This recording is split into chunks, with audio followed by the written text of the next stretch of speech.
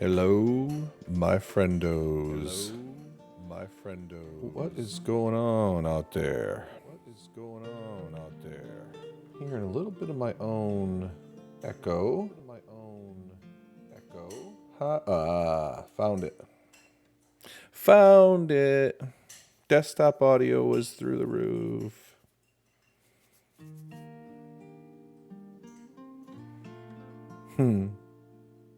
Wait, I want desktop. Okay, that's good. Desktop audio should be up. Okay. Now we're good. The question is... Hello, Solidus Snake. The question is, why is V's name not showing up as recent subscriber? That I don't know. But... Oh, I think I know why. I think I I lost connection to my Twitch. I had to re-sign in. So that makes sense because the whole people have subscribed. Actually, no. Jarrett is the last one. But it does make sense that I lost. So yeah, I went on to get ready to stream. And it was like, no, you're not connected to Twitch. Or can't pull up your information, re-sign in. So if it wasn't signed in, that's what I'm assuming what went on. That's what I'm assuming. If not, I will have to fix it later. Hello, everybody. My name's Diomedes. This really isn't Diomedes, but that's what I go by. Diomedes. Here on the Twitch-averse. And let me find my mix over here. Okay. Let's switch over to a little bit of lo-fi action. There we go. And leave up my mix here. How is everybody? How's everybody doing? It's been a long weekend for me. It was a good weekend. Very, very, very good weekend. But long. Busy. Salty and I hung out all weekend, and we were going to do a lot more than we actually did. I think allergies have gotten to Salty and have attacked her. Oh, I uploaded a de-esser, and my S's are less S-y. It is allergy season, V. Here in Virginia, literally when you go to your car, it is yellow. Every day, just covered in yellow. And you get rain and the puddles are like a yellow mush. It's just nasty. Nasty. Yeah, the rain does help. But, yeah. So, why is my, yeah, that's got to be it. The mini feed doesn't even show you. Yeah, that's got to be it. The mini feed doesn't show you subscribing. V is our Vlieger Dragon is a wonderful person. Follow Vlieger Dragon. Let me give her a shout out. I have to figure out my channel points. I know you subscribed, V, but it doesn't show it. I have got channel points. So we are having you know what? I need to change the title. It does show your cute founder badge, and that is awesome. I think it's awesome. I think it's amazing. Let me change the title. No, actually, we'll do this on Tuesday. But for all of you that are paying attention out there, we made affiliate. We made affiliate in less than a week. We made affiliate in 5 days. So, yeah, we are affiliates now. Thank you. I had 150 some followers to begin with because people have followed me from being on different Twitch streams and things like this, and life has been very good. But we stream the appropriate amount of hours and the appropriate amount of times and things like this. and it has all worked out. So Tuesday, we'll do a celebration. On Tuesday, we'll do an affiliate celebration. Hey! Solid Snake 1996 just subscribed. Oh, you know what? That's the other problem is I don't have my sound settings coming through the right thingy here. There we go. That will work. Now, what's up with that? Oh, check that out. I gotta fix this. What is up with this? Give me a second, guys. Solid Snake is like the... Your name is like 1,000,000 miles long, Solid Snake. So funny. I'm fixing it. I don't know why it's so long. That is so crazy. I was like, what the hell is that? It's wide, Snake. You can't fit under that box like that, Snake. Snake? Like, seriously, I'm still... This is the craziest shit. Oh, undo. Control Z. Okay. Okay, grab the right thing. Okay, there we go. You can't fit under the box like that, Snake. Look at this mess. Oh, I know what's going on. Okay, give me a second. I figured it out. Okay, give me a second. Oh my God. Spooky. I'm fixing stuff live on stream, Spooky. It's not good. It's not pretty. Solid Snake just subscribed using his Bezos bucks, which I deeply, deeply appreciate. And the thing that's supposed to show him, it'd be like 75 feet wide. And so we're fixing it. Or trying to. Salty. You're here, baby. How are you? Yeah, gotta use your Amazon Prime. How are you, baby? Okay. Okay. Control Z. Okay.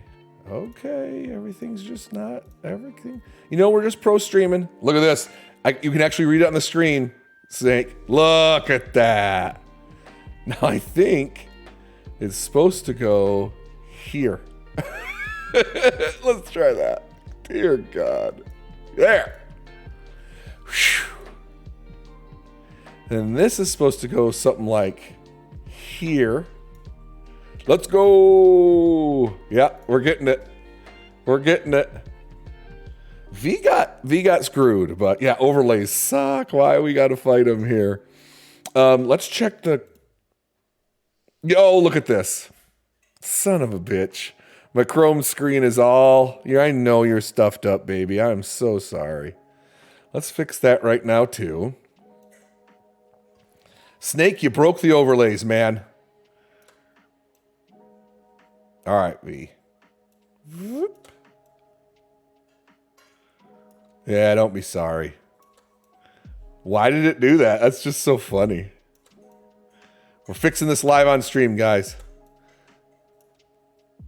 So I have to press shift down or it just keeps on like altering the whole thing. But this is now making it smaller finally. I am using Slobs. I'm using Streamlabs OBS. And it could have been something I did, to be honest. But I'm very happy that the... Oh, you bad man.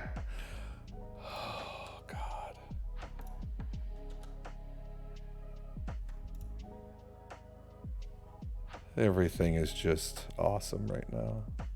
Hold on, give me a second. Let me see if this still works.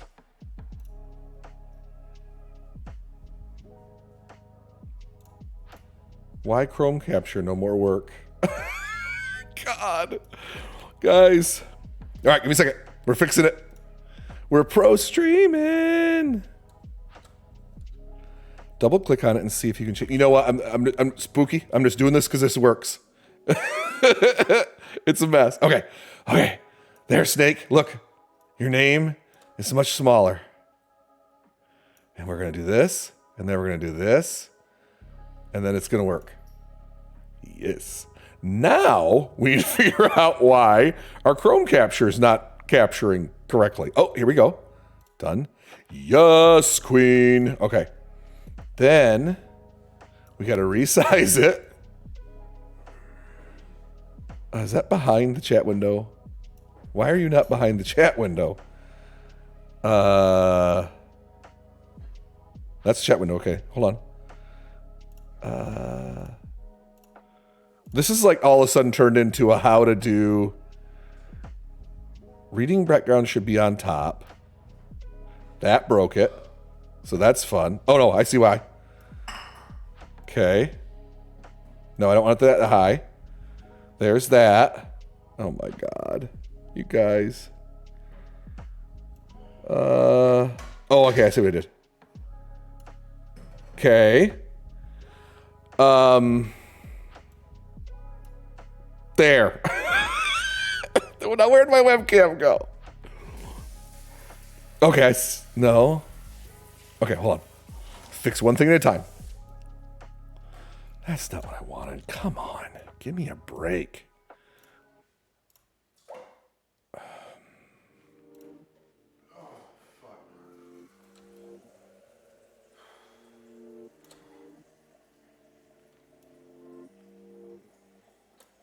Yeah, hopefully it stays that way. I agree. Almost there. Okay. Now, the question is, hey, Kathy Wapple. Suddenly, Kathy Wapple, we're fixing Dio's stream tonight. Now, where is my webcam?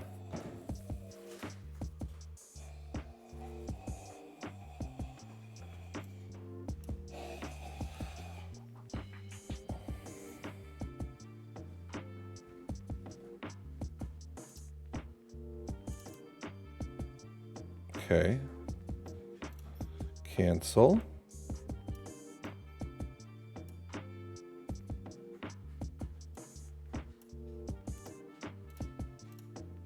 Almost there, I think. Ha ha! We did it, guys. We saved the world. Now, the question is, and I should not mess with this now. Oh, never mind. Everything's okay. We're leaving it alone. We're not touching it. A certain someone told me that I stream. I don't know who you are, Salad Snake. You gotta give me hints. Gotta give me hints. Love the name though. Back to the reading stream. Okay, things are working again, guys.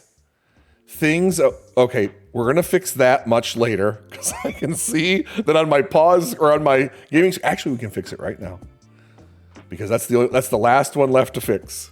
That's okay. It's all the same and I can see why they were this way. So Kathy Wapple and anybody else that's out there joining us, we made affiliate this week. And we're going to be celebrating that officially on Tuesday. Kathy Wapple just subscribed. Kathy Wapple just subscribed. That's what I just said. I just said that, and that's what it just said. Yeah, well, I did copy and paste it, and that's the problem, V. But I'm working as I go. I'm learning as I go. I'm doing my very best. Thank you, Kathy Wapple. You are the very best.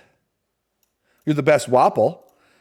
You're better than that dime store Wapple, the third best Wapple. And didn't paste them as a reference. Yeah, I don't even know what that means. Look. It all works now, though, doesn't it, V? So you can just be quiet. Because I'm doing it my way. And it's working my way. Hey, Slade. Oh, yeah, Slade. Yeah, Slade is he's the worst Wapple. What is that? Hold on. Control Z. No. Control Z again. What are you? What is that? Hold on. We got to fix this now. Asmo did something. Oh, Asmo gifted. That's why. Hold on. Asmo gifted And so now Asmo is the top gifter.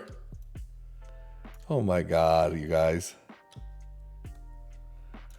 So yeah, it's because now that none of this could be tested because you got to make sure all my shit's working. That's exactly right. And apparently that's what we're doing tonight is fixing my shit.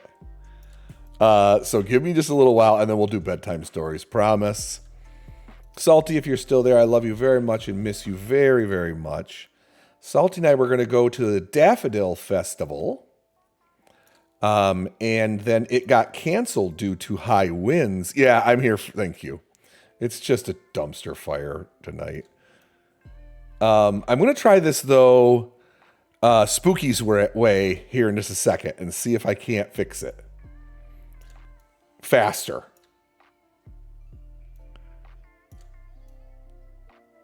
Okay, so that's going to be way too big anyway, but that's okay. So top gifter goes down here. Okay, it's tiny. But it does work.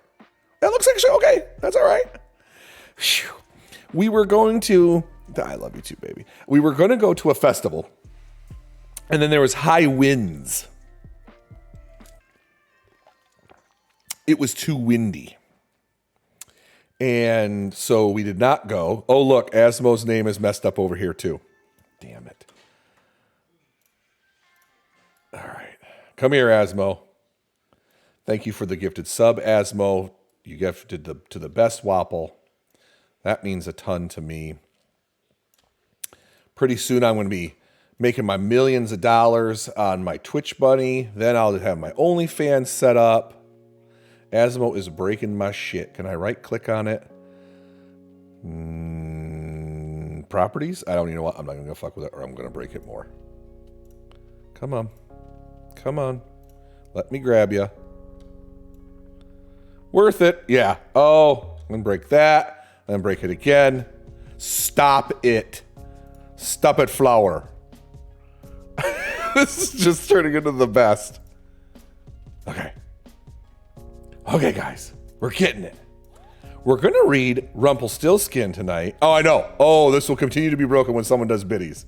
I know. Yeah, it's going to be great.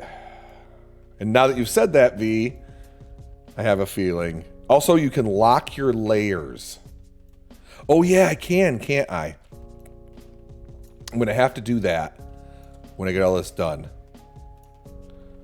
Once I stop having to grab this and move it over. Because could it be any bigger? Oh, why? Just why? Yeah, thanks, V.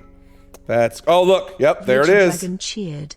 X100. Yep, I want to break things too. We're going to have to fix that. Okay, guys. This is a fixing stream now. This is what we're doing. This is a fixing stream. Because now I got to fix Asmo 3 times. Thanks. Thanks, guys. Thanks. Itahoof cheered. X100. Okay, and now we've got a hype train coming. Yep, this is okay. Choo-choo. It's the crack train. All right, the Asmo one on the bottom works. We're having our first hype train. This is just broken. We're just going to let the stream go tonight and just let it be broken. Thank you, Ickle. Yeah, I appreciate it.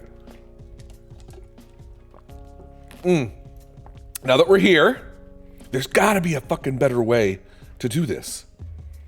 Gotta be a better way.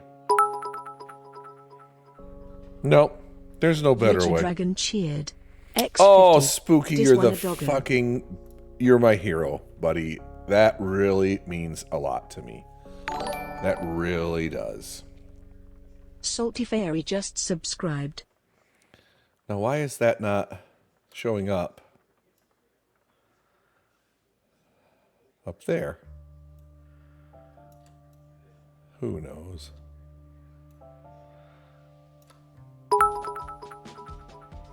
This one, a unicorn. Richard Dragon cheered. X50. This one, a unicorn. Oh, there it showed up. Good. Takes just a minute. God, you guys are fucking gonna just break the stream. I fucking love you. I love you guys so much. This is a dumpster. Oh, look at that. This is a dumpster fire, and I'm here for every bit of it. Break the stream. Thanks. Thanks, guys. I need a dumpster fire. Ooh, I do need a dumpster fire remote. Okay. Vleeger Dragon goes up here. 150 biddies. Boop. I don't think I wanted to do that, though. Boop. Boop. Boop. How's that look? That looks pretty good.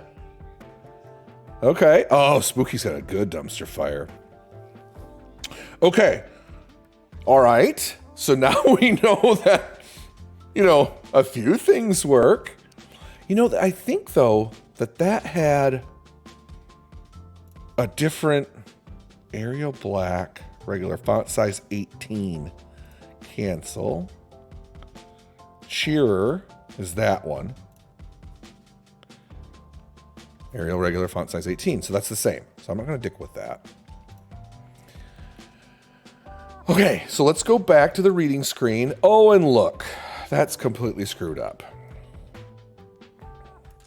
I got to tell you guys, this used to just make me so anxious. And my anxiety's doing better these days. Salty has a lot to do with that. We work on each other's anxiety together. All right. Whoop. Smaller. Over here. Make it invisible, dealing with it later. Oh, I totally could. I totally could. And it would drive me nuts while I was trying to read Spooky. And then it would just be worse for my personal anxiety level. Yeah. Other people can do that, and I admire them, but I is not that person. If you is that person, I love you for it, and I'm envious of you. Thank you, Asmo, for the sub. Soulpire just subscribed. You guys are so amazing to me. Thank you so much. Gaming screen. Last time we should have to do this. I used to be one of my ears. See, and I swear I know that one. The solidest snake has come up before. Okay, years ago. Was this in Texas or was this in Virginia? How old are we talking? Virginia 2019. Wow. So 4 years ago, I would have had you for Intro to Phil or Intro to Ethics. Vleeger Dragon cheered. X50. Snowman. Snowman. Yeah, before all hell broke loose. God, right? All right, well, I'm not going to dox you anyway, even if I do figure it out. I'm going to think about this. All right, Vleeger Dragon. You're almost there, but Jarrett's in your way. Come on, Jarrett. Get out of the way.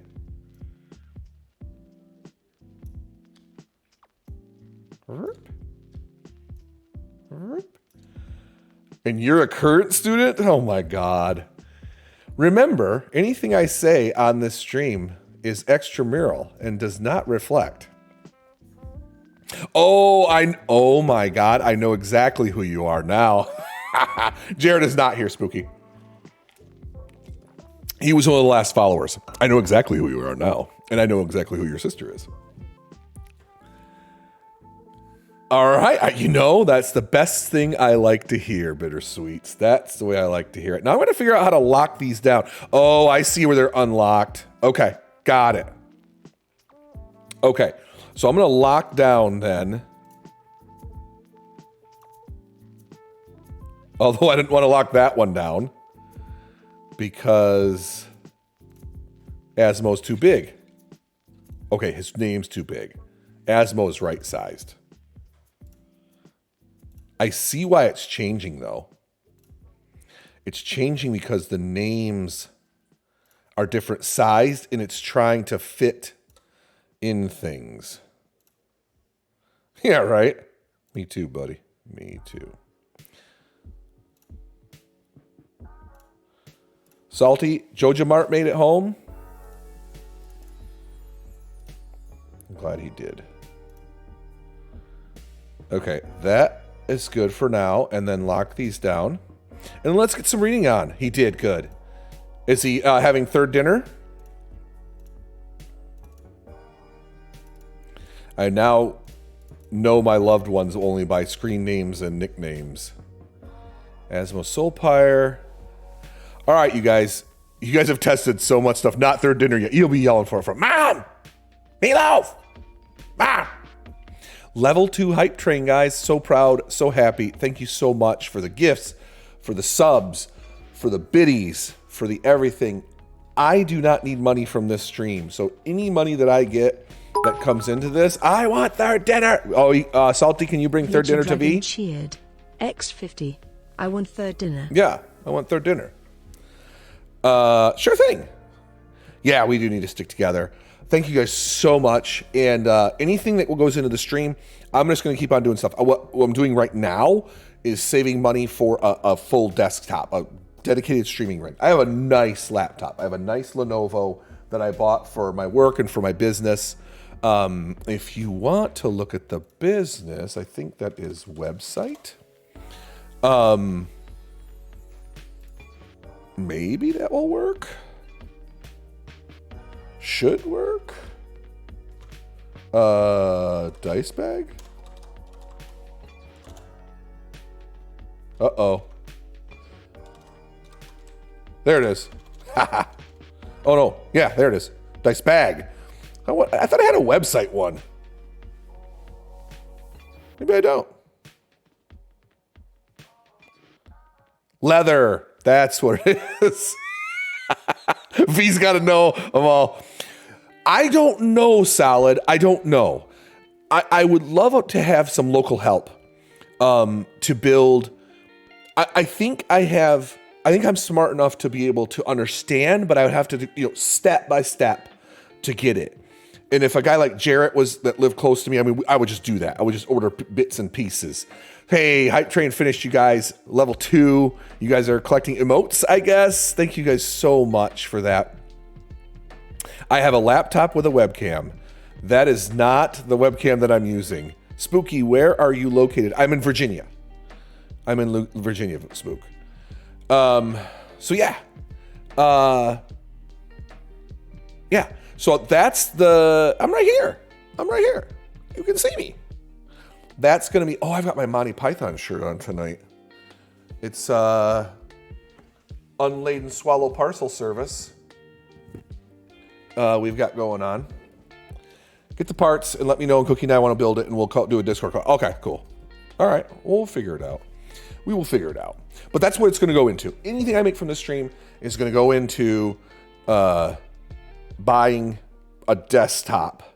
I bought everything else to stream. I bought a new, which I love, my Wave mic. I installed a de-esser. I learned how to do that this week and set that all up. And so, yeah, everything seems to be going on and working, which I am very pleased about. Oh boy. Is Nickel barking? Is he borking? Reading window, close. Close. Close. Oh, I can actually lock that up, can't I? Gifted subs, close. Top overlay, open. Recent sub, open. And shrink down Asmo a little bit. Whoop, there we go, and then we'll lock that back up. Yeah. Oh, Nickel's sleeping. Oh, okay, I gotcha.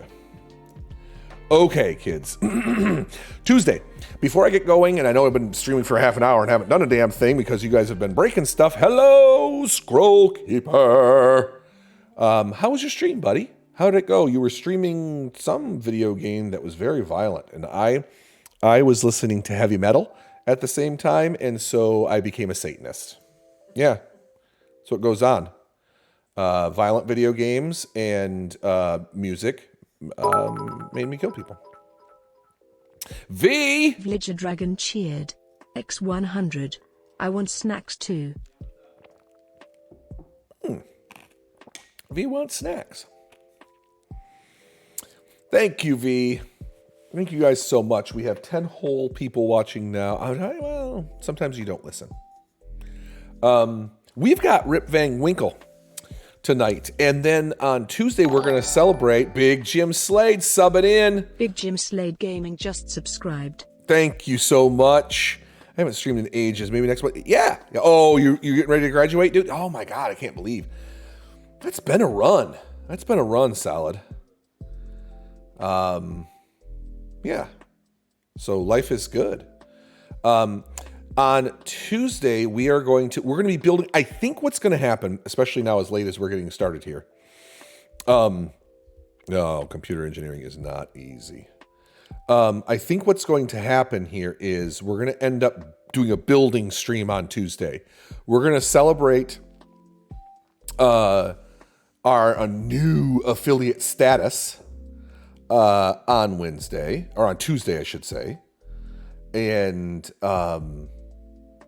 yeah, we'll go into that and make all that happen on Tuesday. But we're going to build probably Rip Van Winkle on Tuesday, and we'll build a monster from the fairies that we're going to read about tonight on Tuesday. We also have the Headless Horseman and Ichabod Crane to do. We did one on Tuesday, which was, or last week, we did Brom Bones from Legend of Sleepy Hollow. So we'll probably just do a D&D build. Maybe we'll do, you know what we can do is we can start up with a fairy tale read or finish with a fairy tale read.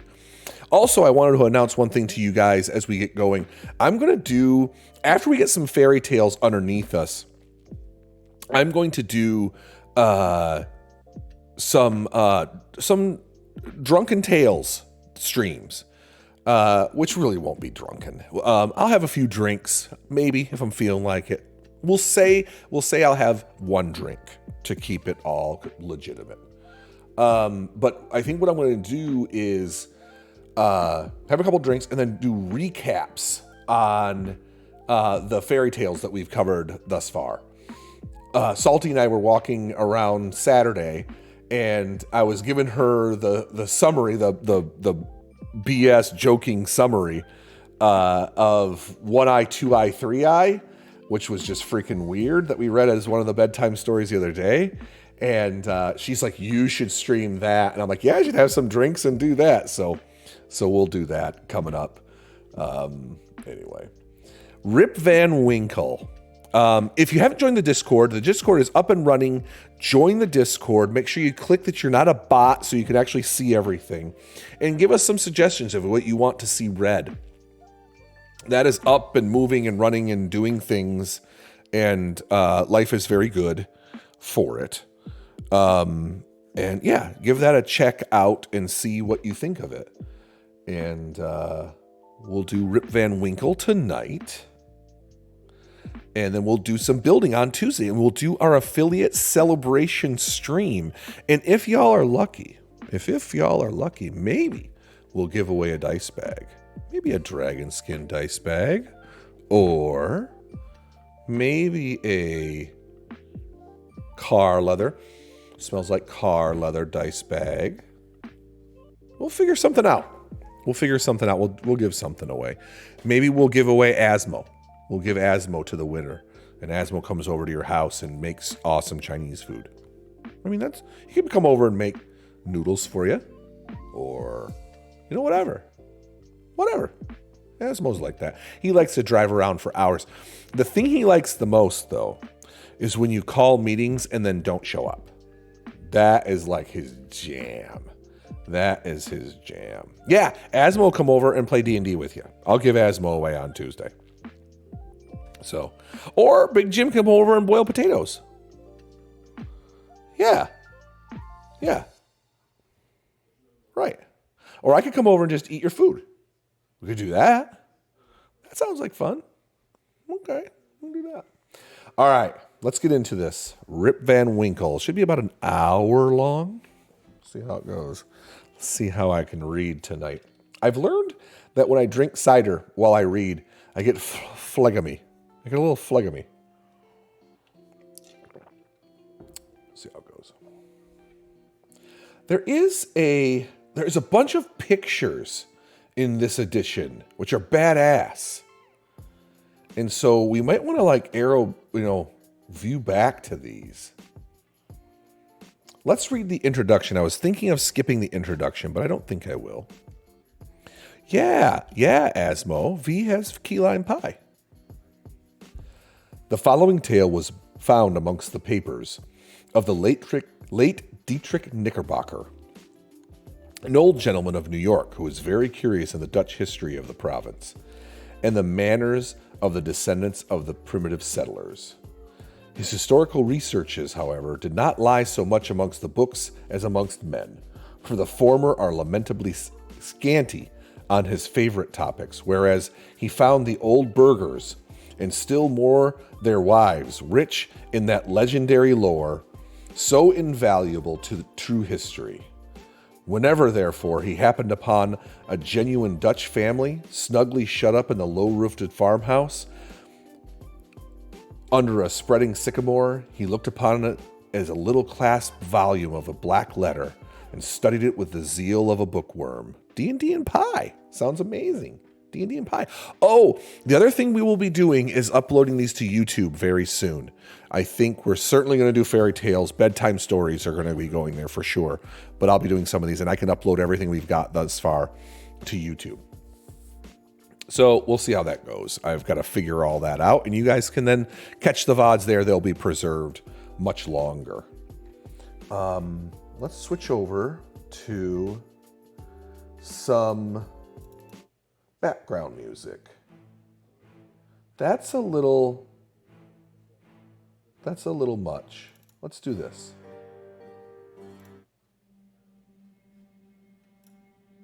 We'll see how that works. Let me know if you guys don't like the music. I've been playing around on Spotify, adding some lists. Oh, Jim, you didn't hear this. I found some de-essing software and set it up. So my sibilance should be a lot better. That was really interesting how that de-essing works. I think it just plays with the EQ in a very specific manner, pulls between 3 and 5K, I think. But it was really simple to set up, and it was very nice. Yeah, for sure, Scroll Keeper, for sure. Yeah, we'll set it up. The result of these researches was a history of the province. Yeah, it does a gating thing too. Yeah, exactly. Yep. Well, Cookie, they haven't taken me down yet, buddy. They haven't taken me down yet. I'm too sexy for this stream, but I will say Salty may have had too much to drink the other night, a little bit too much sangria, and was singing I'm Too Sexy in Right Said Fred fashion after a bottle of sangria. I'm not trying to punk her out. I'm not trying to say that that's the case, but there was some Right Said Fred that went down up in this place. Okay? The result of these researches was a history of the province during the reign of the Dutch governors, which he published some years since. There are various opinions as to the literary character of his work, and to tell the truth, it's not a whit better than it should be. Its chief merit is its scrupulous accuracy, which indeed was a little question on the first appearance, but has since been completely established, and is now admitted into all historical collections as a book of unquestionable authority. The old gentleman died shortly after the publication of his work, and now that he is dead and gone, it cannot do much harm to his memory to say that his time might have been much better employed in weightier labors. He, however, was apt to ride his hobby in his own way, and though it did now and then kick up the dust a little in the eyes of his neighbors and grieve the spirit of some friends for whom he felt the truest deference and affection, yet his errors and follies are remembered, quote, more in sorrow than in anger, end quote, and it begins to be suspected that he never intended to injure or offend. But however, Tea Time with Taryn... Tea Time with Taryn cheered. X100. She did! Yeah, that's the late fee, Taryn. You're late. It's okay. It's okay. There's a late fee. Yeah, let me give a shout out to Tea Time with Taryn. If you are not following Tea Time with Taryn, please, it helps if I do SO. I'll get there. I'm learning. Yeah, only for Taryn. Thank you, V. Big Jim Slade Gaming cheered. X69. Because I am 12 years old and want that on the banner up above. Okay. Thank you, Big Jim. Jesus. Let me make sure. I think that should replace V here in just a second. She probably won't allow that, but we'll see how it goes. Top overlay. Yeah, it should be recent cheer. We'll see how that goes. It's fine. I think Slade up there with 69 would be great. Good. There is quotes. We have not really had any, so feel free. I did make Big Jim a mod, so that's a mistake I will regret. I need to make Asmo a mod. There we go. Asmo is a mod as well now. I haven't had a lot of mods, haven't set it up yet, so we'll see how that goes. Blah, blah, blah, blah, blah. But however, his memory may be appreciated by critics. It is still held dear by many folks whose good opinion is well worth having, particularly by certain biscuit bakers who have gone so far as to imprint his likeness on their New Year cakes and have thus given him a chance for immortality, almost equal to be stamped on a Waterloo medal or Queen Anne's farthing. Still can't ban Dio, though. I think you can. I think you can ban me. Yeah, there you go. I mean, not for real, but there you go. There's a little biscuit maker. Yeah.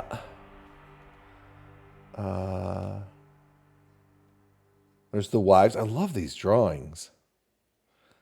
Yeah, Taryn tries to double ban me. And the Fairy Mountains, we'll get into those in a minute. Some of the original settlers. And look at this dude. Check out that dude. He's dapper. He's dapper. I'm not sure what's up with that dude wearing some things. He taught the kids how to fly kites, so that's a picture of Rip Van Winkle right there. He's totally a goblin. So we'll have to build that dude. If we build this dude, we're going to gobbo him out. These fairies, though, I'm not sure what the fairies are going to be. Some sort of fae, but we'll figure them out as well. Rip Van Winkle fell the hell asleep. So here we are, almost an hour in, and we're just starting. So how much fun is that? Rip Van Winkle. Whoever has made a voyage up the Hudson must remember the Catskill Mountains. They are a dismembered branch of the great Appalachian family, and they are seen away to the west of the river, swelling up to a noble height and lording over the surrounding country. Let me turn down my feedback of Spotify is loud in my ear. Yeah, you goblin too. Every change of the season, every change of weather, indeed, every hour of the day produces some change in the magical hues and shapes of these mountains, and they are regarded by all the good wives, far and near, as perfect barometers. When the weather is fair and settled, they are clothed in blue and purple, and print their bold outlines on the clear evening sky. But sometimes, when the rest of the landscape is cloudless, they will gather a hood of gray vapors about their summits, which in the last rays of the setting sun will glow and light up like a crown of glory. In the foot of these fairy mountains, the voyager may have descried the light smoke curling up from a village, whose shingle roofs gleam among the trees, where just the blue tints of upland melt away in the fresh green of the nearer landscape. It is a little village of great antiquity, having been founded by some of the Dutch colonists in the early times of the province, just about the beginning of the government of the good Peter Stuyvesant, may he rest in peace. And there were some of the houses of the original settlers standing within a few years, built of small yellow bricks, brought from Holland, having latticed windows and gable fronts surmounted with weathercocks. You know, I need to add a command for butchering language, butchering names. As Acid Burns says, the name butchering is free, kids. In the same village, and in one of these very houses, which, to tell the precise truth, was sadly time-worn and weather-beaten, there lived many years, while the country yet was a province of Great Britain, a simple, good-natured fellow of the name Rip Van Winkle. He was a descendant of the Van Winkles, who featured so gallantly in the chivalrous days of Peter Stuyvesant, and accompanied him to the siege of Fort Christina. He inherited, however, but little of the marital character of his ancestors. I have observed that he was a simple, good-natured man. He was, moreover, a kind neighbor, an obedient, hen-pecked husband. Indeed, to the latter circumstance might be owing to the meekness of spirit which gained him such universal popularity, for those men are apt to be obsequious and conciliating abroad, who were under the discipline of shrews at home. Their tempers are doubtless rendered pliant and malleable in the fiery furnace of domestic tribulation, and a curtain lecture is worth all the sermons in the world for teaching the virtues of patience and long suffering. A termagant wife may, therefore, in some respects be considered a tolerable blessing, and if so, Rip Van Winkle was thrice blessed. All right, Spook, have a good lurk, buddy.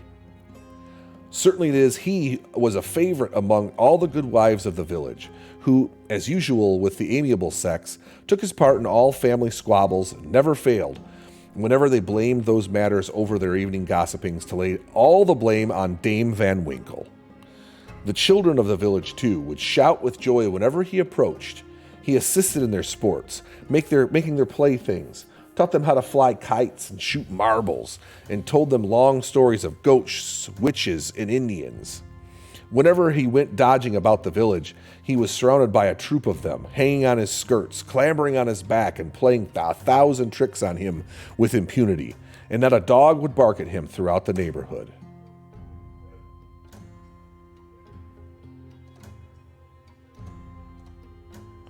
The great error in Rip's composition was an insuperable aversion to all kinds of profitable labor. It could not be for the want of assiduity or perseverance, for he would sit on a wet rock with a rod as long and as heavy as a Tartar's lance, and fish all day without a murmur, and even though he could not be encouraged by a single nibble. He would carry a fowling piece on his shoulder for hours together, trudging through woods and swamps and up and hill and down dale to shoot a few squirrels or a few wild pigeons. He would never refuse to assist a neighbor, even in the roughest toil, and was a foremost man in all the country's frolics for husking Indian corn or building stone fences. The women of the village, too, would employ him to run their errands and do such little odd jobs as their less obliging husbands would not do for them. In a word, Rip was ready to attend anybody's business but his own. But as to doing family duty and keeping his farm in order, he found it impossible. In fact, he declared of it no use to work on his farm. It was the most pestilent little piece of ground in the whole country. Everything about it went wrong in spite of him. His fences were continually falling to pieces. His cow would either go astray or get amongst the cabbages, weeds were sure to grow quicker in his field than in anyone else's. The rain would always made a point of settling in just as he had some outdoor work to do, so that though his patrimonial estate had dwindled away under his management, acre by acre, until there was little left more than a little patch of Indian corn and potatoes, yet it was the worst conditioned farm in the neighborhood.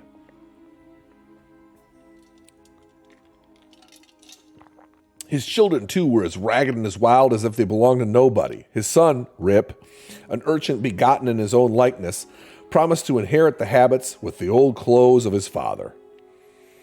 He was generally seen trooping like a colt at his mother's heels, equipped in a pair of his father's cast-off gilgaskins, which he had much ado to hold up with one hand, as a fine lady does her train in bad weather.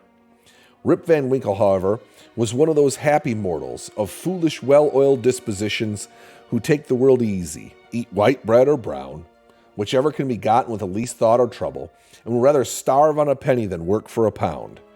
If left to himself, he would have whistled life away in perfect contentment, but his wife continually dinning in his ears about his idleness, his carelessness, and the ruin he was bringing on his family. Morning, noon, and night, her tongue was incessantly going, and everything he said or did was sure to produce a torrent of household eloquence. Rip had but one way of replying to all the lectures of the kind, and that, by frequent use, had grown into a habit.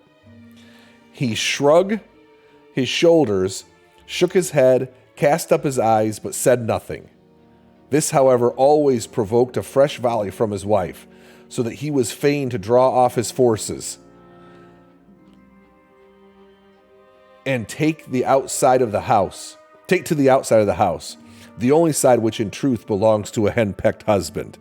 Welcome, raiders. I must not have a raid command or a raid thing that comes up yet, or it just hasn't come up yet. Maybe it's coming later. I'm not sure. But Hipster stole my beer. Thank you very much for the raid. It is not Play-Doh, Sheza. This is not Play-Doh. This is Rip Van Winkle. Irving, Washington, we're doing tonight. And then on Tuesday, same place here at 8:30 p.m., we are doing, we're doing Play-Doh on a different stream, yeah. On Tuesday at 8:30 p.m. Eastern Standard Time, we're going to be celebrating our newly acquired affiliate status. We got it after 5 days worth of labor. Whew, tough. And we can now do all sorts of things, like apparently get biddies if you look above, and get, thank you, Sheza, and get subs, and get gifted subs. This one is the gifted sub. And we did work on the stream for about a half an hour tonight because I don't know how to make things work. So, welcome, raiders, and I will figure out a raid command. Now that I think about it, I don't think I set one up.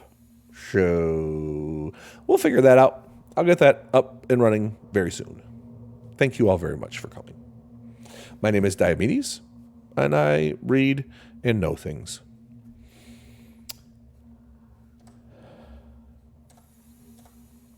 Rip's sole domestic adherent was his dog, Wolf. Oh, check it out. There's Rip right there. Smoking his pipe. What's up, yo? He's got that little, almost like he's got a nightcap on already. Rip's sole domestic adherent was his dog, Wolf, who was as much henpecked as his master, for Dame Van Winkle regarded them as companions in idleness, and even looked upon Wolf with an evil eye as the cause of his master so often going astray.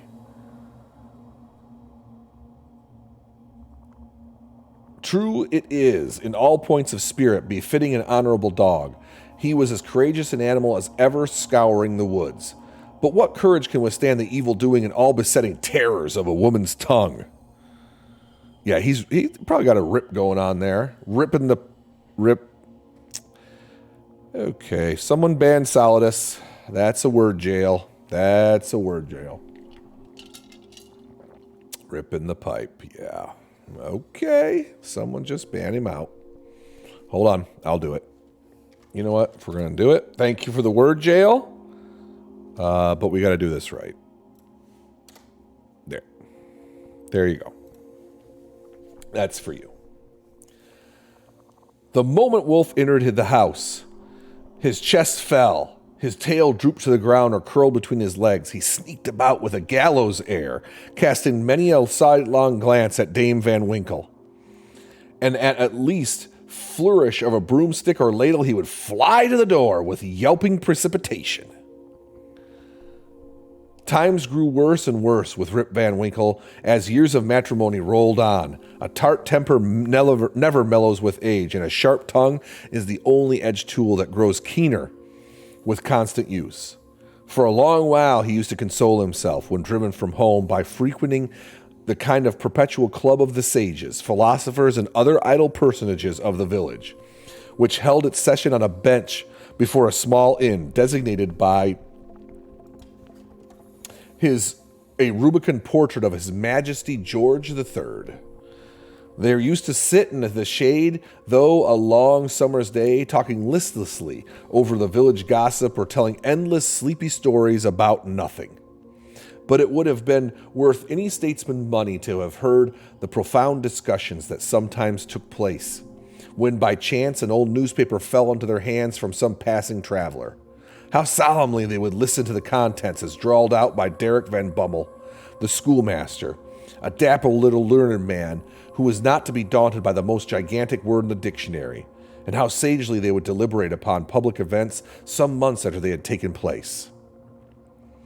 The opinions of this junto were completely controlled by Nicholas Vedder, a patriarch of the village, and landlord of the inn, at the door of which he took his seat in the morning till night, just moving sufficiently to avoid the sun and keep the shade of a larger tree, so that the neighbors could tell the hour by his movements as accurately as by a sundial. It is true that he was rarely heard to speak, but smoked his pipe incessantly. His adherents, however, for every great man has adherents, perfectly understood him and knew how to gather his opinions. When anything that was read or related displeased him, he was observed to smoke his pipes vehemently and to send forth short, frequent, and angry puffs. But when he was pleased, he would inhale the smoke slowly and tranquilly, and emit it in light, placid clouds, and sometimes taking the pipe from his mouth and letting the fragrant vapor curl about his nose, he would gravely nod his head in a token of perfect approbation.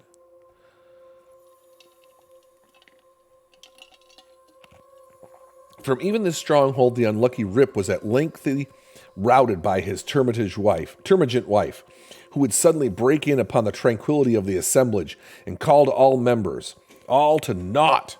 Nor was that the august personage, Nicholas Vedder himself, sacred from the daring tongue of the terrible Virago, who charged him outright with encouraging her husband in habits of idleness. Poor Rip was at last reduced almost to despair, and his only alternative to escape from the labor of the farm and clamor of his wife was to take gun in hand and stroll away into the woods, where he would sometimes seat himself at the foot of a tree and share the contents of his wallet with Wolf, with whom he sympathized as fellow sufferer in persecution. "Poor Wolf," he would say, "thy mistress leads thee a dog's life of it. But never mind, my lad, while I live, thou shalt never want a friend to stand by thee." Wolf would wag his tail, look wistfully in his master's face, and if dogs can feel pity, I verily believe he reciprocated the sentiment with all his heart. In a long ramble of the kind on a fine autumnal day, Rip had unconsciously scrambled to one of the highest parts of the Catskill Mountains. He was after his favorite sport of squirrel shooting, and the still solitudes had echoed and re-echoed with the reports of the gun. Panting and fatigued, he threw himself late in the afternoon on a green knoll, covered with mountain herbage, that crowned the brow of a precipice. From an opening between the trees, he could overlook all the lower country for many a mile of rich woodland.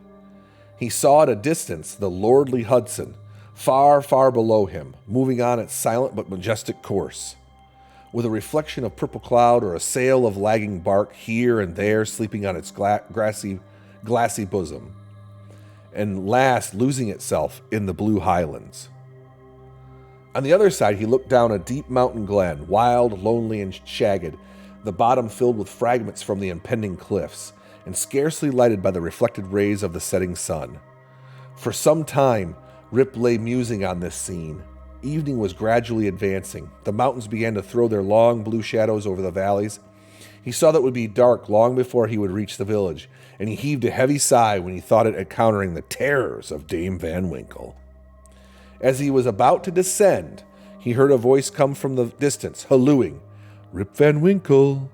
Rip Van Winkle!" He looked around but could see nothing but a crow winging its solitary flight across the mountain. He thought his fancy must have deceived him, and he turned again to descend, when he heard the same cry ringing through the still evening air, "Rip Van Winkle! Rip Van Winkle!" At the same time, Wolf bristled up his back, giving a low growl, skulked to his master's side, looking fearfully down into the glen. Rip now felt a vague apprehension stealing over him. He looked anxiously in the same direction and perceived a strange figure slowly toiling up the rocks and bending under the weight of something he carried on his back. He was surprised to see any human being in this lonely and unfrequented place, but supposing it to be some of the neighborhood in need of his assistance, he hastened down to yield it. And we've got to make some highlights here to make sure that we have what we need for when we build these things out on Tuesday. So, a strange figure slowly toiling up the rocks, and he was carrying something on his back. That I want to highlight.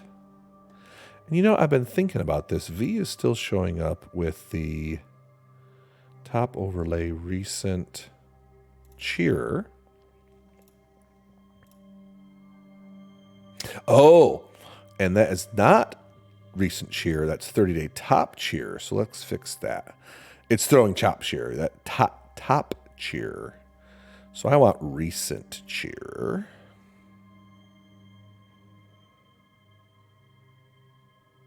Yes, fix that. I'm trying. Tipper. Those are all tippers, tip counts, gifters. Where are you at? We want cheer. Recent donator. Give me a second, guys, and I'll find it.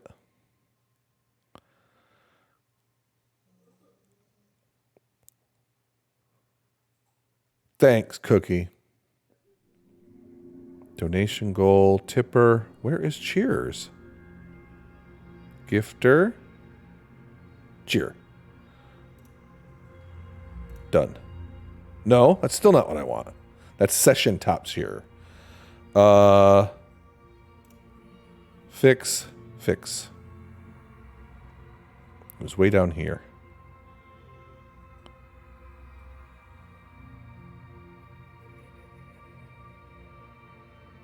Huh. It doesn't give me a recent cheer.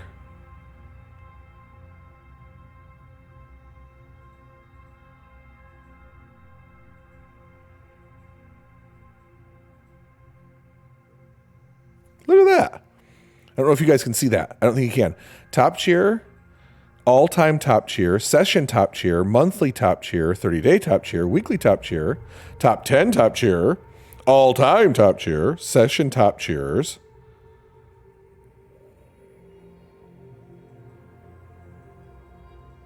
Nope.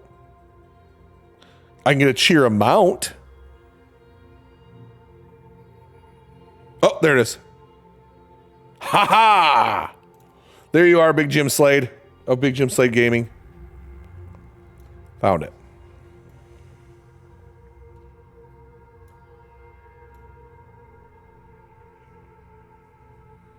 Nice. Nice. Now, why? It looks different. The font is different. Gradient alignment. Arial black. Regular. 18.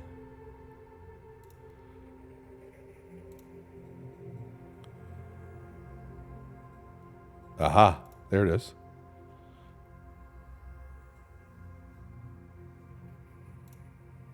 There. So much better. Lock.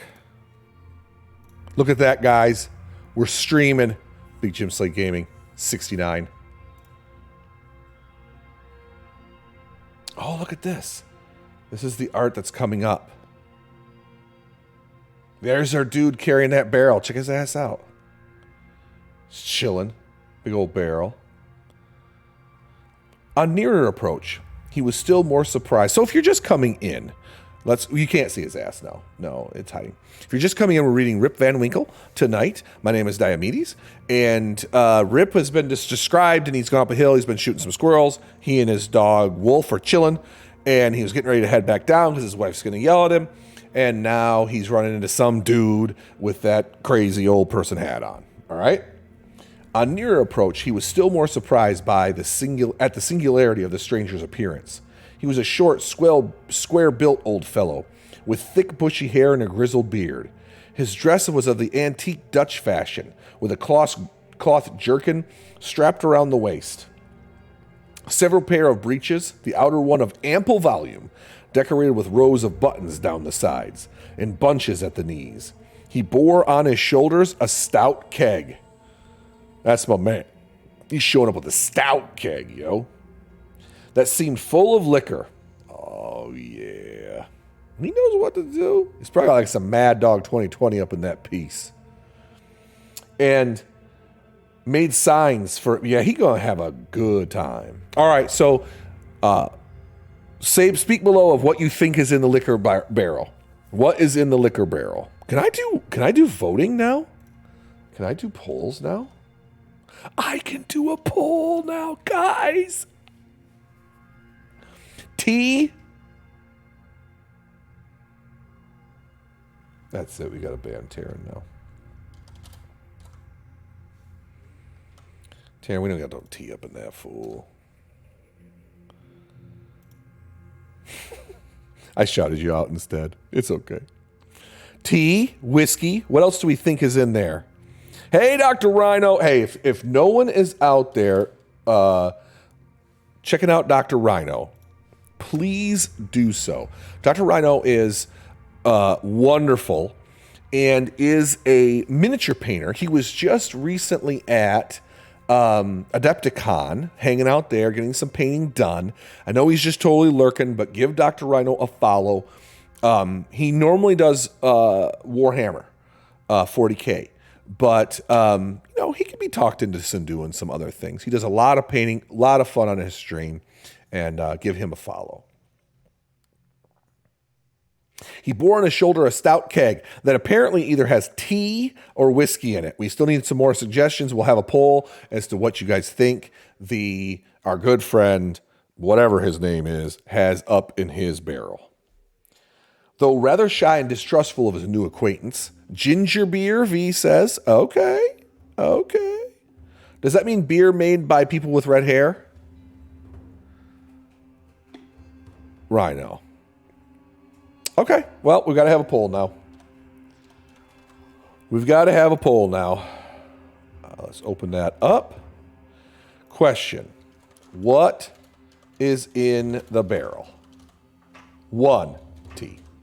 2, whiskey. 3, ginger beer. Which is what you get when you squeeze people with orange hair. Or D's nuts. We're going to give you guys 5 minutes to vote on that. And we'll start the poll. Ooh, Long Island iced tea cookie. I like that. That's nice. So vote on the poll. Tell me what's in the barrel. Get in the barrel. Get in the pickle barrel. He bore on his shoulder a stout keg that seemed full of liquor and made signs for Rip to approach and assist him with the load. Though rather shy and distrustful of his new acquaintance, Rip complied with his usual alacrity and they mutually relieved one another. They clambered up a narrow gully, apparently the dry bed of a mountain torrent.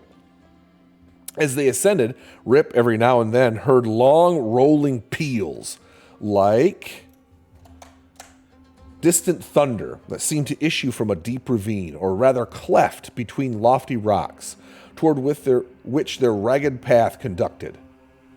He paused for an instant, but supposing it to be the muttering of one of those transient thunder showers which often take place at mountain heights, he proceeded. Passing through the ravine, they came to a hollow, like a small amphitheater, and surrounded by perpendicular precipices. Over the brinks of the impending trees shot their branches so that you could only catch glimpses of the azure sky as the bright evening cloud. During the whole time, Rip and his companion had labored on in silence, for though the former marveled greatly what could be in the object of carrying a keg of liquor up this wild mountain, there was some strange incomprehensible about the unknown that inspired awe and checked familiarity. On entering the amphitheater, new objects of wonder presented themselves. On a level spot in the theater was a company of odd-looking personages playing 9 pins. They were dressed in an outlandish fashion. Some wore short doublets, and others jerkins with long knives in their belts, and most of them had enormous breeches, similar to that of their guides.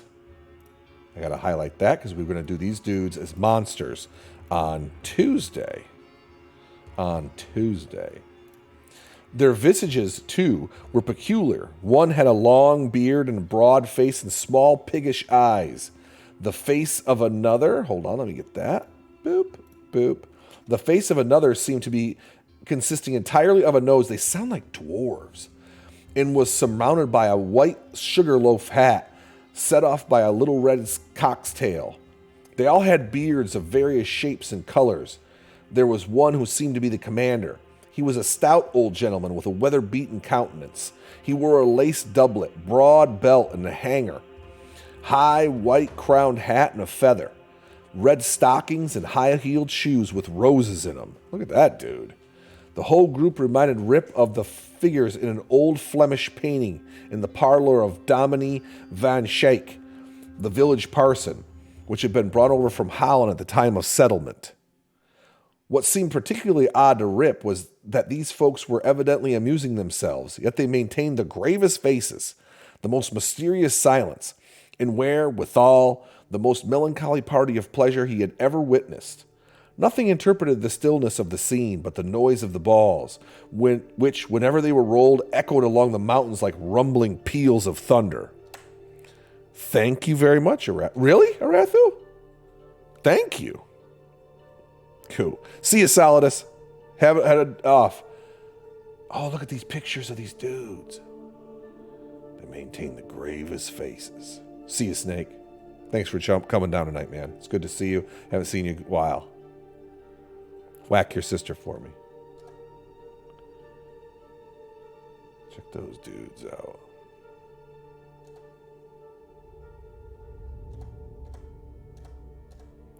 As Rip and his companion approached them, they suddenly desisted from their play and stared at him with a fixed statue-like gaze and such strange, uncouth, lackluster countenances that his heart turned within him and his knees smote together. Van Morfan. Okay, more like F than V. And what was the pronunciation? Van Schaik? Dominie Van Schaik? Van Schaik? Okay. Yeah, thank you, Arathu. That's dapper, dude. Thanks, brother. As Rip and his companion approached them, they suddenly desisted from their play and stared at him with such fixed statue-like gazes and such strange, uncouth, lackluster countenances that his heart turned within him and his knees smote together. His companions now emptied the contents of the keg into flagons and made signs to him to wait upon the company. They obeyed with fear and trembling. They quaffed the liquor in profound silence and then returned to their game. By degrees, Rip's awe and apprehension subsided. He even ventured, when no eye was fixed upon him, to taste the beverage, which had the flavor of D's nuts. Because that was what was voted upon, shocker there, in the poll. That's my chat. Oh, keeping it classy. Keeping it classy, lassie. That's great. Yep, that's nice. That's wonderful. Tea couldn't have won. Nah. Or whiskey. No. These nuts.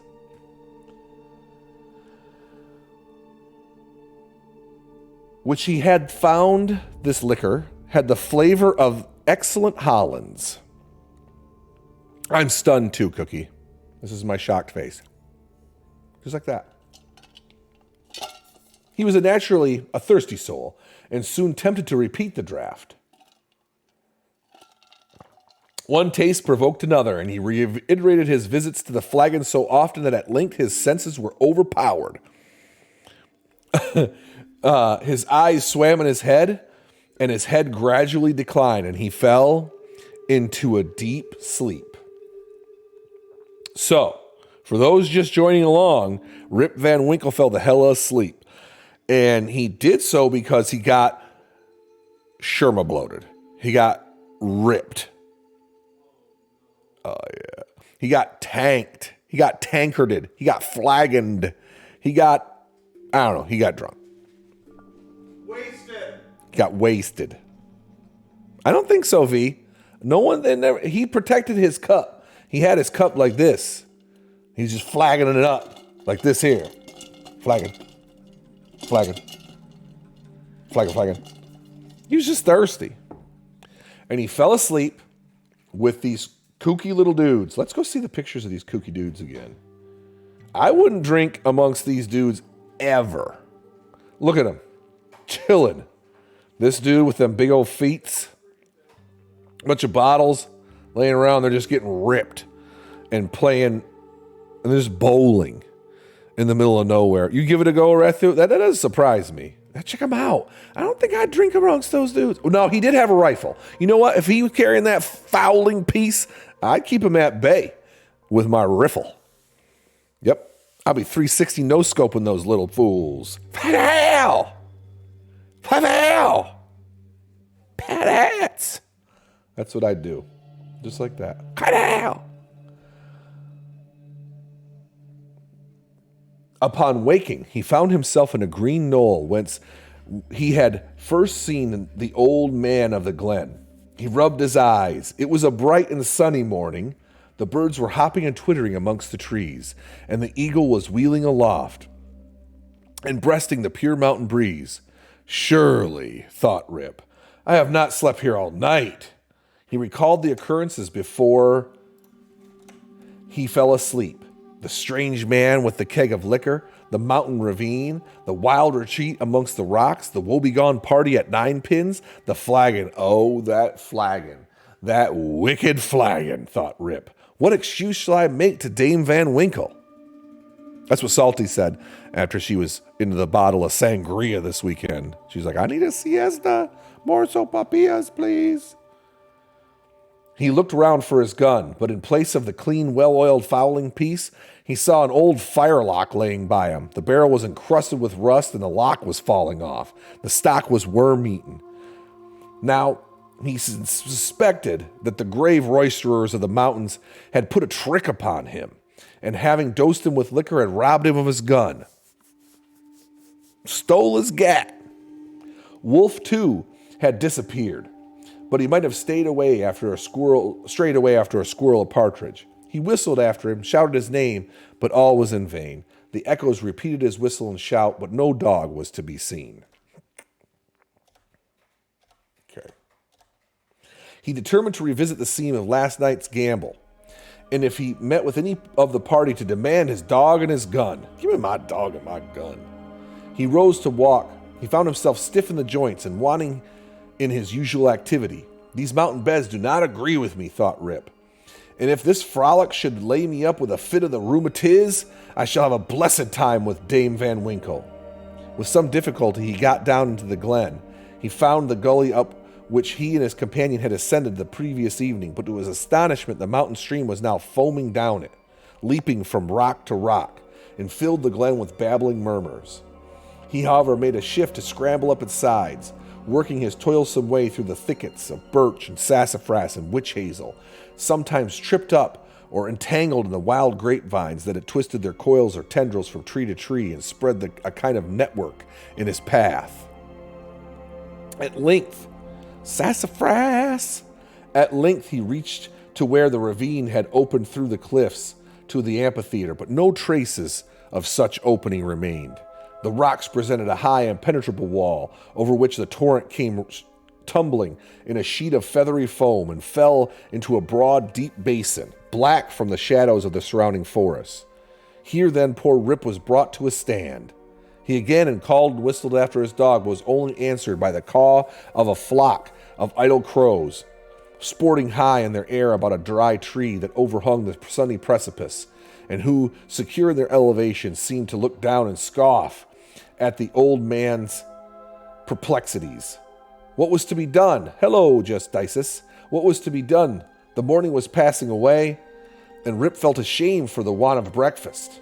Felt famished, for want of his breakfast. He grieved to give up on his dog and gun. He dreaded to meet his wife, but it would not do to starve amongst the mountains. He shook his head, shouldered his rusty firelock, and with a heart of trouble and anxiety, turned his steps homeward. As he approached the village, he met a number of people, but none of whom he knew, which somewhat surprised him. Oh yeah, it's Rip Van Winkle.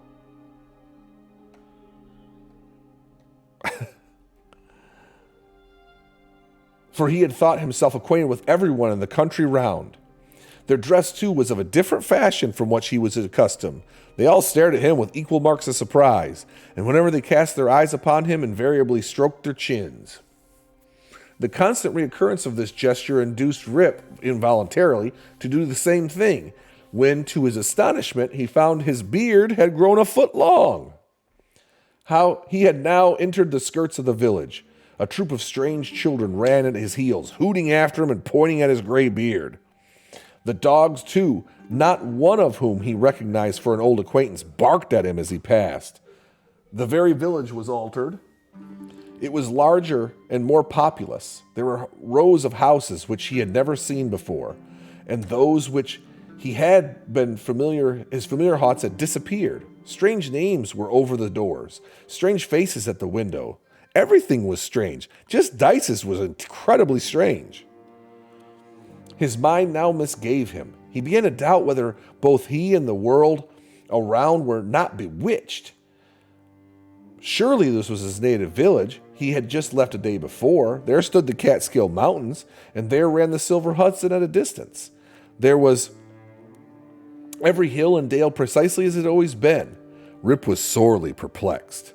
That flagon last night has addled my poor head sadly. Check it out. He's about fitting to go back to his house, and it looks like a dump up in this piece. He needs to call X to the Z. Get his crib taken care of. It was with some difficulty that he found his way to his own house, which he approached with silent awe, expecting every moment to hear the shrill voice of Dame Van Winkle. He found the house gone to decay. The roof had fallen in, the windows shattered, and the doors off the hinges. A half-starved dog that looked like Wolf was skulking about. Rip called him by his name, but the cur snarled, showed his teeth, and passed on. This was an unkind cut indeed. My very dog, sighed poor Rip, has forgotten me.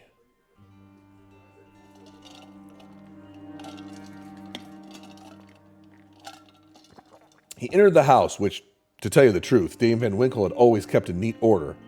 It was empty, forlorn, and apparently abandoned. This desolateness overcame all his connubial fears. He called loudly for his wife and children. The lonely chambers rang for a moment with his voice, and then all again was silent. He now hurried forth and hastened to his old resort, the village inn, but it too was gone. A large rickety wooden building stood in its place, with great gaping windows, some of them broken and mended with old hats and petticoats, and over the door painted "The Union Hotel" by Jonathan Doolittle. Instead of the great tree that he used to shelter the quiet little Dutch inn of yore, there was now reared a tall, naked pole, with something on the top that looked like a red nightcap, and from it was fluttering a flag on which a singular assemblage of stars and stripes. All this was strange and incomprehensible. He recognized on the sign, however, the ruby face of King George, under which he had smoked so many a peaceful pipe, but even this was singularly metamorphosed. The red coat was changed for a blue and buff, and a sword held in his hand instead of a scepter. The head was decorated with a cocked hat, and underneath was painted in large characters, General Washington. There was, as usual, a crowd of folk around the door, but none that Rip recollected. The very character of the people seemed changed. There was a busy, bustling, disputatious tone about it, and instead of the accustomed phlegm and drowsy tranquility. He looked in vain for the sage Nicholas Vedder, with his broad face, double chin, and fair, long pipe, uttering clouds of tobacco smoke instead of idle speeches. Or Van Bummel, the schoolmaster, doling forth the contents of an ancient newspaper. In place of these, a lean, bilious-looking fellow, with his pockets full of handbills, was haranguing vehemently about the rights of citizens, elections, members of Congress, liberty, Bunker Hill, heroes of 76, and other words which were perfectly Babylonish jargon to the bewildered Van Winkle. The appearance of Rip, with his long grizzled beard and rusty fowling piece, his uncouth dress, and an army of women and children at his heels, soon attracted the attention of the tavern's politicians. They crowded round him, eyeing from head to foot with great curiosity. The orator bustled up to him and, drawing him partly aside, inquired, "On which side you voted?" Rip stared vacantly, stupid. Another short but busy-looking fellow pulled him by the arm, rising on tiptoe, and inquired in his ear whether he was Federal or Democrat. Rip was equally at a loss to comprehend the question, when a knowing, self-important old gentleman in a sharp-cocked hat made his way through the crowd, putting them to right and left with his elbows as he passed, and planted himself before Rip Van Winkle, with one arm akimbo and the other resting on his cane, his keen eyes and sharp hat penetrating, as it were, into his very soul, and demanded in an austere tone, what brought him to the election with a gun on his shoulder and a mob at his heels, whether he meet to breed a riot in the village? Alas, gentlemen, cried Rip, somewhat dismayed, I am a poor, quiet man, and a native of the place, and a loyal subject of the king, God bless him. Here a general short burst by the bystanders. A Tory, a spy, a refugee. Hustle him, away with him. It was with great difficulty that the self-important man in the cocked hat restored order, and having assumed a tenfold austerity of brow, demanded again of the unknown culprit what he came here for and what he was seeking. The poor man humbly assured him that he meant no harm, but merely came there in search of some of his neighbors who used to keep about the tavern. Well, who are they? Name them. Rip bethought himself for a moment and inquired, Where's Nicholas Vedder? There was a silence for a little while, and the old man replied in a thin, piping voice, Nicholas Vedder? Why, he's dead and gone these 18 years. There's a wooden tombstone in the churchyard that used to tell all about him, but that's rotten and gone too. Where's Bram Dutcher? Oh, he went off to the army in the beginning of the war. Some say he was killed at the storming of Stony Point. Others say he was drowned in a squall at the foot of Anthony's Nose. I don't know. He never came back again. Where's Van Bummel, the schoolmaster? He went off to wars too. He was a great militia general, and is now in Congress. That's an archaic way of saying F that guy. Yeah, he dead. I need to take note because I need to get a raid notification. F that guy. Rip's heart died away at the hearing of these sad changes in his home and friends, finding himself thus alone in the world. Every answer puzzled him, too, by treating such enormous lapses of time and of matters which he could not understand, war, Congress, Stony Point. He had no courage to ask for any more friends, but cried out in despair, Does nobody here know Rip Van Winkle? Oh, Rip Van Winkle, exclaimed two or three. Oh, to be sure, that's Rip Van Winkle yonder, leaning against that tree. Rip looked and beheld a precise counterpart of himself. And as he went up the mountain, apparently as lazy and certainly as ragged, the poor fellow was now completely confounded. He doubted his own identity and whether he himself was another man. In the midst of his bewilderment, the man in the cocked hat demanded to know who he was. What was his name? God knows, he exclaimed. And at a wit's end, I'm not myself. I'm somebody else. That's me yonder. No, that's somebody else gotten in my shoes. I was myself last night, but I fell asleep on the mountain.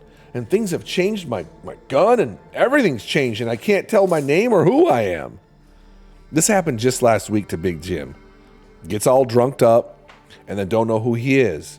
And he needs to call for an Uber and get his ass home. The bystanders now began to look at each other, nod, wink significantly, and tap their fingers against their foreheads. He's crazy.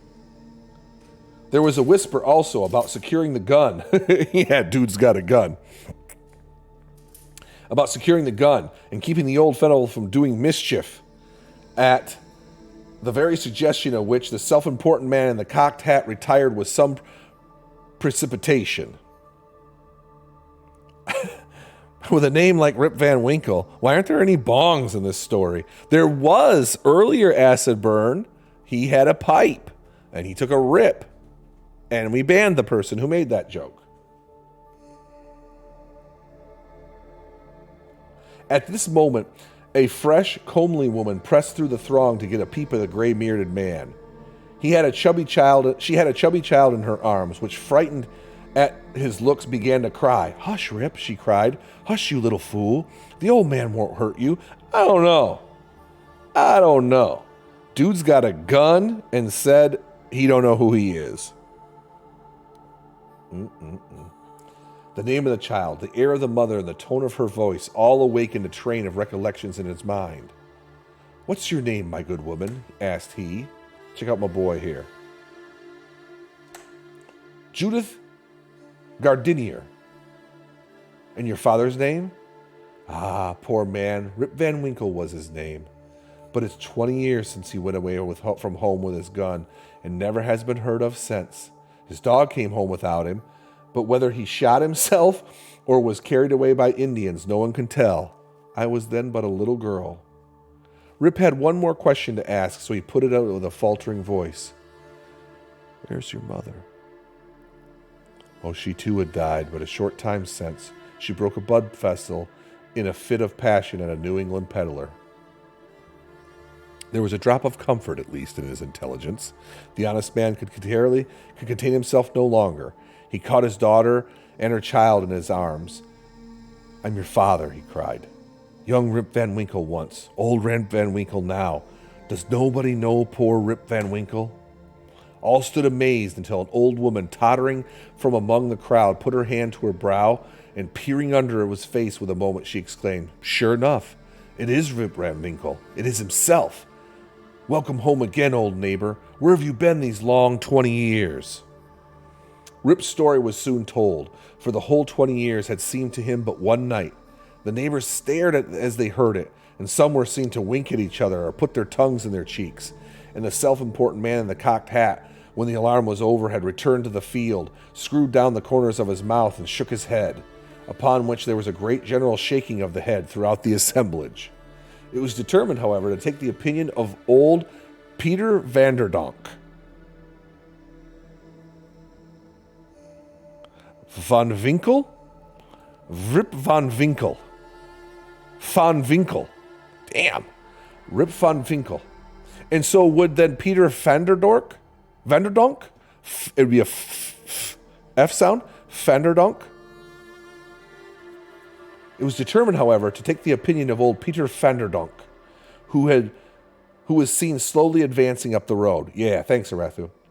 He was a descendant of the historian of that name, who wrote one of the earliest accounts of the province. Peter was the most ancient inhabitant of the village. Oh, that's my boy here. That's Peter. Check him out with 2 canes. Just chilling. Peter was one of the most ancient inhabitants of the village and well versed in all wonderful events and traditions of the neighborhood.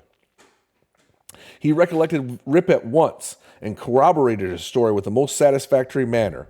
He assured the company that it was in fact handed down from his ancestor, the historian, that the Catskill Mountains had always been haunted by strange beings, that it was affirmed that the great Hendrik Hudson, the first discoverer of the river and the country, kept a kind of vigil there every 20 years. See, I love this idea that Hendrik Hudson himself would come back every 20 years to keep an eye on the place, to show his respects.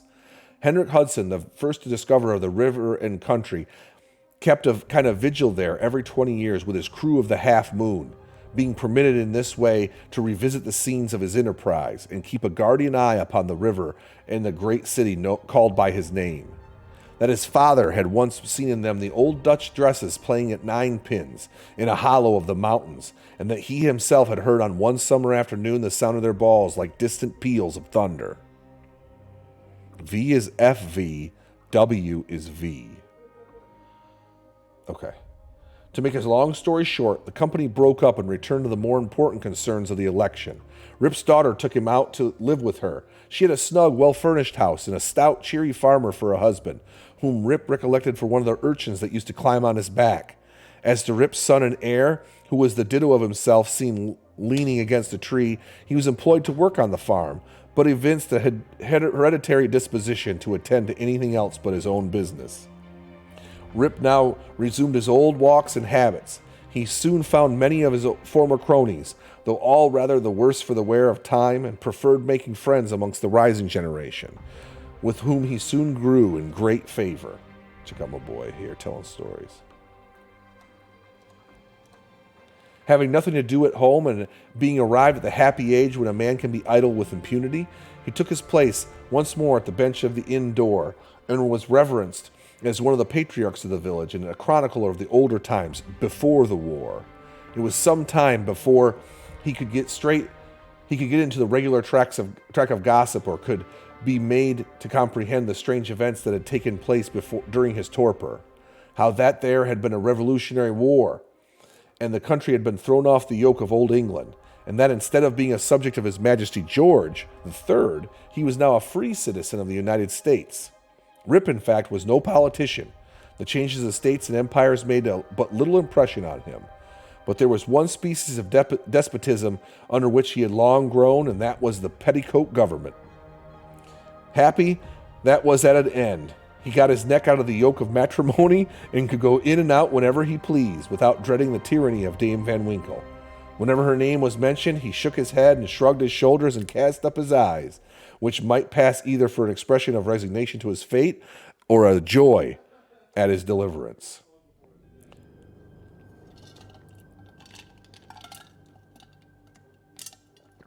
He used to tell his story to every stranger that arrived at Mr. Doolittle's hotel.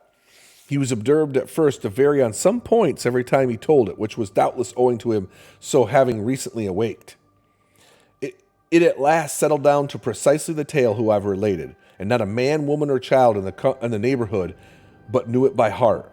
Some always pretended to doubt the reality of it, and insisted that Rip had been out of his mind, and this was at one point where he remained flighty.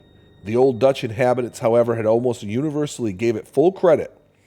Even to this day, they never hear a thunderstorm on a Sunday afternoon about the Catskill, but say that Henrik Hudson and his crew are about their game of 9 pins. And it is a common wish of the hen-pecked husbands of the neighborhood, when life hangs heavily on their hands, that they might have a quieting draught out of Rip Van Winkle's flagon.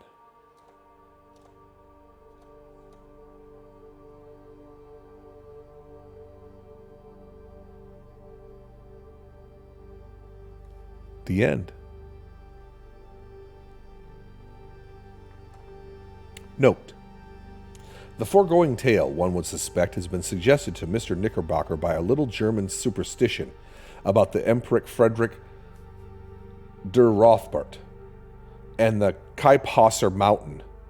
The subjoined note, however, which he had appended to the tale, shows that this is an absolute fact, narrated with his usual fidelity. The story of Rip Van Winkle may seem incredible to many, but nevertheless I give it my full belief, for I know the vicinity of our Dutch settlements to have been very subject to marvelous events and appearances. Indeed, I have heard many stranger stories than this in the villages along the Hudson, all of which were too well authenticated to admit a doubt. I have even talked with Rip Van Winkle myself when I last saw him. It was a very venerable old man, and so perfectly rational and consistent on every point that I think no conscientious person could refute to take this into a bargain. Nay, I have seen a certificate on the subject taken before the country justice and signed with a cross in the justice's own handwriting. The story, therefore, is beyond a possibility of a doubt. Dietrich Knickerbocker.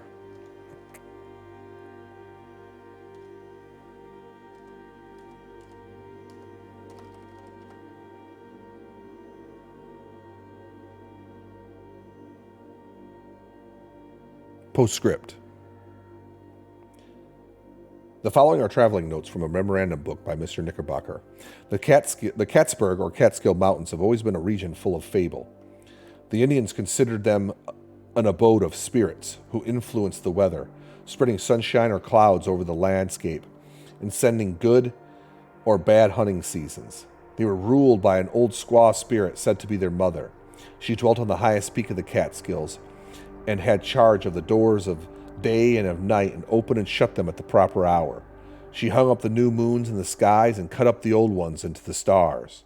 In times of a drought, if properly propitiated, she would spin light summer clouds out of cobwebs and morning dew and send them off to the crest of the mountain, flake after flake, like flakes of carded cotton, to float in the air until dissolved by the heat of the sun. They would fall in gentle showers, causing the grass to spring, the fruits to ripen, and the corn to grow an inch an hour. If displeased, however, she would brew up clouds as black as ink, sitting in the midst of them, like a bottle-bellied spider in the midst of its web. And when these clouds broke, woe betide the valleys. In old times, say the Indian traditions, there was a kind of Manitou or spirit who kept about the wildest recesses of the Catskill Mountains and took mischievous pleasure in wreaking all kinds of evils and vexations upon the red men. Sometimes he would assume the form of a bear or a panther or a deer, leading the bewildered hunter on a weary chase through the tangled forest and amongst the ragged rocks, and then spring off with a loud ho-ho, leaving him aghast on the brink of a beetling precipice or raging torrent. The favorite abode of this Manitou is still shown. It is a great rock or cliff on the loneliest of the mountains, and from the flowering vines which clamber about it, and the wild flowers which abound in its neighborhood, is known by the name of Garden Rock. Near the foot of the small lake, the haunt of solitary bittern, and the wild water snakes basking in the sun on the leaves of the pond lilies which lie on the surface. This place was held in great awe by the Indians, inasmuch as the boldest hunter would not pursue his game within its precincts. Once upon a time, however, a hunter had lost his way, penetrated into the Garden Rock, where he beheld a number of gourds placed in the crotches of trees. One of these he seized and made off with it, but in a hurry of his retreat he let it fall amongst the rocks, with a great stream gushed forth, which washed him away and swept him down the precipices, where he dashed to pieces, and the stream made its way to the Hudson, and continues to flow to present day, being the identical name known as the Catterskill.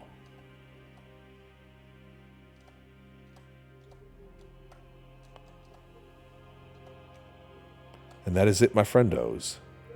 The story of Rip Van Winkle, brought to you by Washington Irving, and illustrated here by Arthur Rackham. Some really awesome illustrations. I'm going to try to keep downloading these with illustrations, because I think that really adds a lot to it.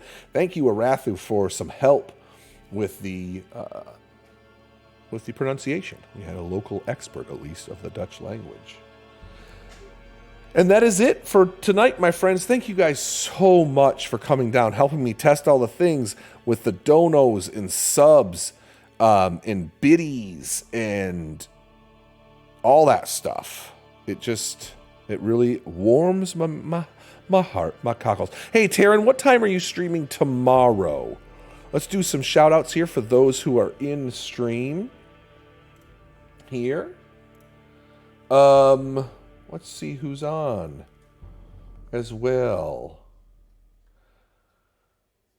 I'm not sure if Big Jim is going to be running. Scroll Keeper's been running. Taryn, the Arathu joke, but he also helped. And speaking in third person. Taryn, what time are you streaming tomorrow? Please follow Tea Time with Taryn. She does streams, painting streams. She's been painting lately, Ridey Chicken, I think. I think she's doing a horse now. 12:30 to 3:30 Eastern Standard Time, Monday through Friday. So if you get up tomorrow, you're at work, you want to, join in, follow Teen Time with Taryn, and check her out, my friendos. You will not regret it. And if you do regret it, well, that's on you, not on me. Let's see if there's anybody around. There is some people around. We are going to raid into Ola O. Ola is streaming, and she's been playing The Legend of Zelda. Let me make sure that she's not, bouncing up out of this piece. No, she's still streaming. So we're good up in this dump. So let's do this. Come back here on Tuesday. If you're not following the Discord, please follow along in the Discord. and give me some suggestions. We are going to raid Ola. Oh. Pronouns he, her. She, her. Sorry, try that again. She, her. No raid call, Taryn. I haven't figured that out yet. I don't know how to do that yet. You might have to help me with that, Taryn. She's playing Legend of Zelda. So let's stream over there. Tuesday night, 8:30, back here, celebrating our new affiliate status, and we'll probably do a giveaway towards the end. So come back, and we're going to be we're going to be building D&D things. We'll probably do a little bit of reading at the beginning, probably some recap on Rip Van Winkle and on The Legend of Sleepy Hollow, both by Washington Irving, and we'll be building some D&D stuff. So come back, check it out. I'll see you at 8:30 on Tuesday night Eastern Standard Time. Let's get the raid going. Yeah, that's it. That's all I've got. Thank you guys all so much for being here. I love you all, and be good, be safe, and I will see you on Tuesday.